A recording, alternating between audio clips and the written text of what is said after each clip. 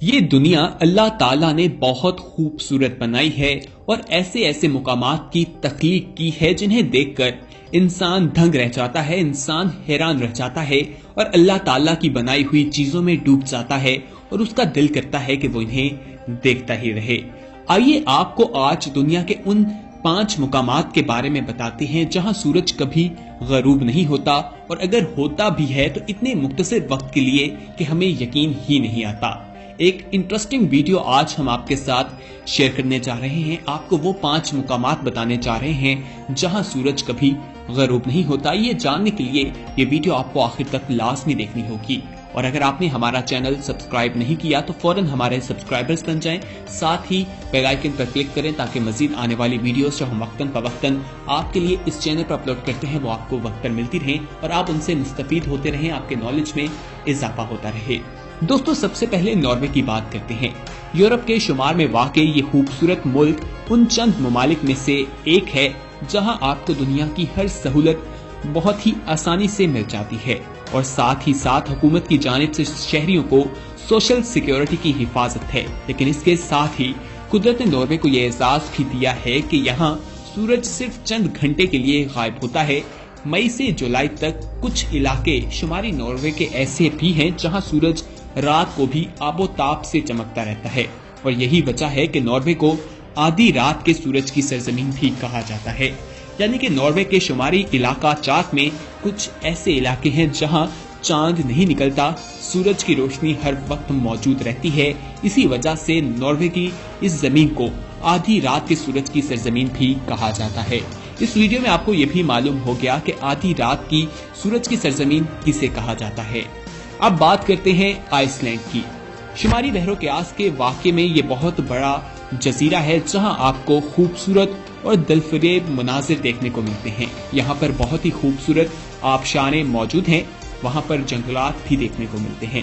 یہاں بھی سورج کم ہی غروب ہوتا ہے، ہر وقت سورج نکلا رہتا ہے، چاند بہت ہی کم عرصے کے لیے آتا ہے اور چاندنی کی روشنی بھی بہت کم دیکھنے کو ملتی ہے۔ اب کینیڈا کی بات کریں تو کینیڈا کے شمال میں کئی علاقے ایسے ہیں جہاں دن کی لمبائی 22 گھنٹے تک بھی ہوتی ہے۔ اس وقت سے مقامی لوگ لطف اندوز ہونے کے لیے مختلف سرگرمیاں کرتے رہتے ہیں، جن میں گولف کھیلنا، پہاڑوں پر چڑھنا اور مچھلیاں پکڑنا شامل ہے۔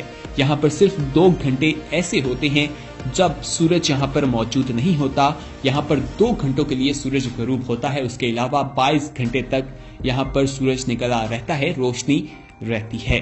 سویڈن کی بات کریں تو ناروے کا ہمسایہ ملک سویڈن بھی ان علاقوں میں شامل ہے جہاں سورج غروب نہیں ہوتا۔ سویڈن کے دارالحکومت اسٹاک ہوم میں تقریباً سورج رات 1 بجے غروب ہونے کے بعد صرف 3 گھنٹے بعد یعنی 4 بجے دوبارہ نکل آتا ہے۔ یہاں پر چاند صرف 3 گھنٹے کے لیے آتا ہے، اور اس کے علاوہ یہاں پر سورج کی روشنی ہی چھائی رہتی ہے، سورج کا ہی راج رہتا ہے۔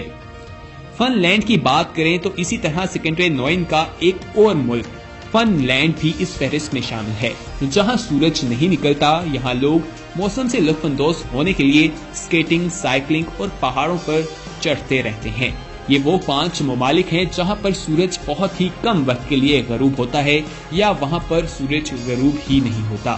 دوستو، آپ اس ویڈیو میں کمنٹ کر کے ہمیں بتا سکتے ہیں کہ جو 5 ممالک ہم نے آپ کو بتائے ہیں جہاں سورج غروب نہیں ہوتا، آپ کا کبھی وہاں پر جانا ہوا ہے، یا اگر نہیں ہوا تو آپ کمنٹ میں ہمیں بتا سکتے ہیں۔ اگر آپ وہاں پر گئے ہیں تو یس کمنٹ کیجئے، اور اگر نہیں گئے تو نو کمنٹ کیجئے۔ دوستو، ناروے ایک ایسا ملک ہے جہاں پر مسلمانوں کی کافی زیادہ تعداد موجود ہے، تو یہاں پر ایک یہ سوال بھی پیدا ہوا، یہ بھی دیکھنے کو ملا کہ وہاں پر سورج کبھی غروب نہیں ہوتا کچھ علاقوں میں، تو وہاں روزے کیسے ممکن ہوتے ہیں، تو اس بارے میں بھی آپ کو بتاتے ہیں۔ ناروے کی آبادی 50 لاکھ ہے، جس میں سے 1,94,000 لوگ مسلمان ہیں، جو یا تو کسی مسلمان ملک سے ناروے آئے یا جو مسلمان وہاں پر پیدا ہوئے مگر ان کے والدین کا تعلق کسی مسلمان ملک سے ہوگا۔ ناروے کی مسلمان آبادی میں پاکستانیوں کی تعداد سب سے زیادہ ہے۔ پچھلے 30 برسوں سے پاکستانی ناروے کی سب سے بڑی غیر مغربی اقلیت ہیں۔ ملک بھر میں اس وقت 34,000 پاکستانی آباد ہیں، جن میں سے 23,000 اصولوں میں مقیم ہیں۔ یہاں تک کہ شہر کے ایک علاقے کو لٹل پاکستان یا چھوٹا پاکستان کہا جاتا ہے۔ یہ ایک نئی پیش رفت ہے کہ انتہائی شماری یورپ کے علاقوں میں اتنی بڑی تعداد میں مسلمان آباد ہوں۔ اس پھیلتی پھولتی مسلمان آبادی کے لیے ناروے میں 100 سے زیادہ مساجد بھی تعمیر ہیں، لیکن اس کے ساتھ ساتھ ملک بھر میں رمضان کے دنوں میں اوقات کے سلسلے میں ایک سنجیدہ بحث پیدا ہو جاتی ہے، یعنی سحری اور افطاری کے اوقات کی پابندی کب اور کیسے کی جائے۔ جو سورج نکلنے اور ڈھلنے میں وقفہ کم ہوتا جاتا ہے، یہ بحث زور پکڑتی جاتی ہے۔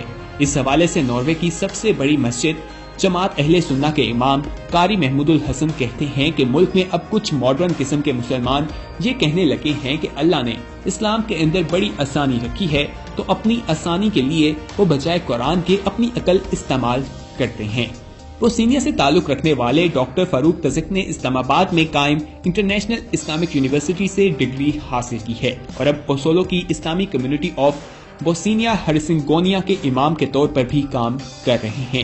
وہ کہتے ہیں کہ ناروے میں کچھ تارکین وطن اپنے آبائی ممالک کے اوقات کے مطابق سحر و افطار کرتے ہیں۔ ڈاکٹر فاروق یہ سوال اٹھاتے ہیں کہ جب سورج اتنی زیادہ دیر کے لیے طلوع یا غروب رہتا ہے تو بنیادی سوال یہ پیدا ہوتا ہے کہ کیا ہم سورج کو معیار بنائے رکھیں گے؟ دوستو، یہاں پر آپ کو سمینا بھٹی کے بارے میں بتائیں کہ وہ پاکستان میں پیدائشی ہیں، لیکن 1980 کی دہائی میں ناروے آئیں۔ تب سے ان کا پورا خاندان اوسولو میں مقیم ہے۔ ان کے خاندان کے لوگ سارے روزے رکھتے ہیں۔ انہوں نے بتایا کہ ملازمت اور 2 چھوٹے بچوں کے ساتھ 20 گھنٹوں کا روزہ رکھنا کافی مشکل ہے۔ رات کے تقریباً 1 بجے افطار کے بعد وہ نماز اور تراویح پڑھنے اپنی مقامی مسجد جاتی ہیں۔ جب تک وہ واپس گھر پہنچتی ہیں تقریباً 1:30 بجے سحری کی تیاری میں مصروف ہو جاتی ہیں کہ ان کی نیند کم رہتی ہے اور کام پر توجہ دینا مشکل ہوتا ہے۔ مختلف مذہبی رہنماؤں نے اس سلسلے میں مختلف تجاویز پیش کی ہیں کہ لمبے دنوں سے کیسے نپٹا جائے۔ اس مسئلے پر بحث سحر اور افطار کے لیے قریب کے کسی اسلامی ملک کو معیار بنانے سے لے کر مکہ کی پیروی تک محدود ہے۔ تو اس لمبے دنوں سے نمٹنے کے لیے وہاں کے علماء نے اس سال کیا کیا، وہ آپ کو بتاتے ہیں۔ اس سوال کے جواب میں قاری محمود الحسن کا کہنا تھا کہ ناروے کے مختلف حصوں میں مختلف راستے پیش کیے گئے ہیں۔